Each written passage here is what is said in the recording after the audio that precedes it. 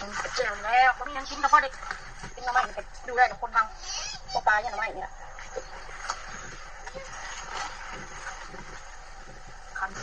ครับพี่น้องเขาต่อน้ำมันเด้อระวังน้องใหม่ตามักน้องใหม่ได้แซ่บสุดอ่ะจะว่าน้องใหม่ยังแซ่บสุดที่ตามักกินมากเนี่ยข้าวแกงกันเนี่ยข้าวแกงกันไม่ไรแมนบอกต้องเป็นกระเทียมไม่ต้องไฟร้อนโอ้เขาผัดแกงเขาหมักน้ำมันอย่างเงี้ยเขามันอ่อนน้ำมันไรเขาหมักต้มจำเจียวเขาไม่ไรเขาแกงกันน้ำเขาแกงมันชีวิตเป็นหรอกเพราะมันทำผิดแซ่บรู้แต่ว่าพื้นทางแกงกันนี่ฮะมันสิหวานกว่ากันพระเจ้าเป็นพบเป็นทางการมันว่าเขาจะจะไรพอนบ่เอาหูเขาเบิ้งเขาอยากไปร่วมเงี้ยท่านบันทองแล้วว่าขนาด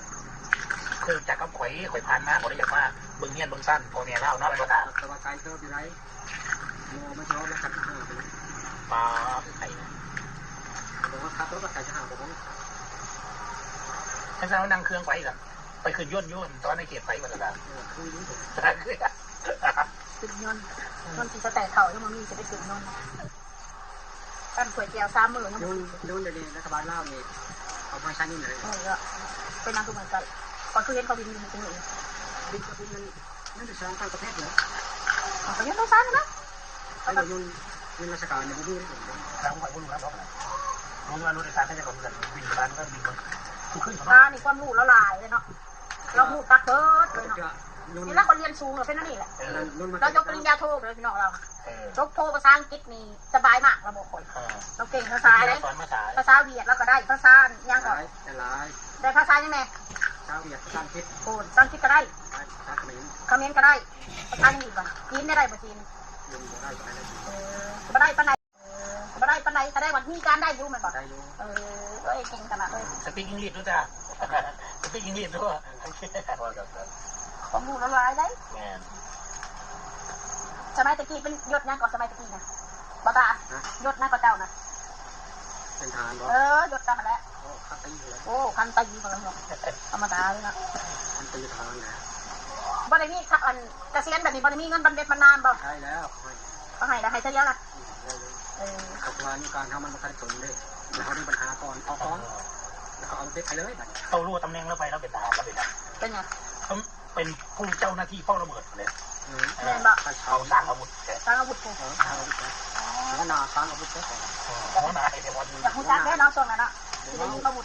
จะไปขออาวุธมาไว้จะป้องกันตัวจะหน่อยเดี๋ยวเราอะไรมันเป็นมาสิ่งมาขอนี่ว่าเอามาใส่ยังไงเนอะเขาต้องมีการเต้นมีการมาเบิกไปใส่อยู่แล้วก็จะแค่เจอรู้กับเมียคนแต่เป็นนั้นเขาจะได้อย่างเมียนุ่มเมียอ่อนมันเขาเท่าเลยทุกให้เอาบ่โอ้ทุกให้เอาเขาเท่ามักลูกเคยมักลูกเคยด้วยมักได้ลูกเคยมันอำนาจโอ้มียศตาบรรดาตักก็แต่ว่าเราเป็นเมียตอนไรได้หนาเนาะบอกว่าเล่นเมียลูกร้อยเราเป็นอะไรเขาคืออะไรมีบัตรเป็นอะไรคืออะไรเจ้านี้บัตรบดเทียนแล้วบดอำนาจแล้วมันจะต้องไม่กันกูครับอายุน้องมูนี่เป็นหัวหน้ามูเลยมูนี่เสียครับมดนั่งกินเหล้าด้วยกันเมียมาหาวงแตกเขาพูดเล่าใส่เปลี่ยนมาพูดใต้นี่ก็ได้เขาเจอหลายจังหวัดเคยเจอเขาที่เราเริ่มมันมาอะไรโดนเมียยึดอำนาจรัฐประหารก็เลยต้องเป็นแบบนี้นะคะครับโอ้ยศาสนาบางงานอะไรได้ทหารยศพันปีอุตส่าห์ได้ยศตั้งพันปีพุ่นคือเพราะว่าเราก็จะทักมาว่าเราบอกให้เอาเขาไม่บอกเลยน้ำตาผู้แตกเจ๊บอกแค่นะอันนั้นตายกันเลยนะยังมันตายมันขันบอกขันเราคอยดูว่าจะฆ่าเราเทียนก็ได้โอ้ยเราเทียนโอ้ยผู้ชายนี่กันผู้คนได้เราก็ควงขวางเลยฟังจากแล้วบอกเราจะคนไหนเดี๋ยวแม่นั่นเราปูลูกเกมนี่มันปูทำไมได้กีฬาตาแล้วคนเป็นทหาร